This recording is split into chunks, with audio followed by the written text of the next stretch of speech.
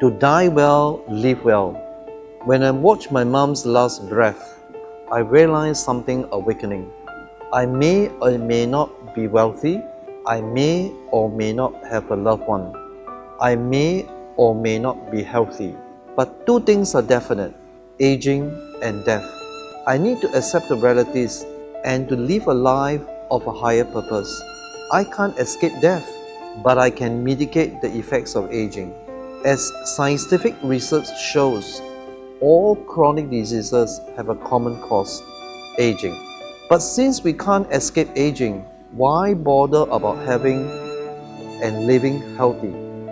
My healing philosophy is this: I do my best to be healthy in not only my body, my mind, and also my soul, to love more myself, others, nature, and God.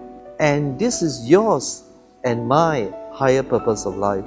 So what must you do to slow down the aging process and live a better life? Firstly, to be conscientious. Secondly, to work on the seven terrain.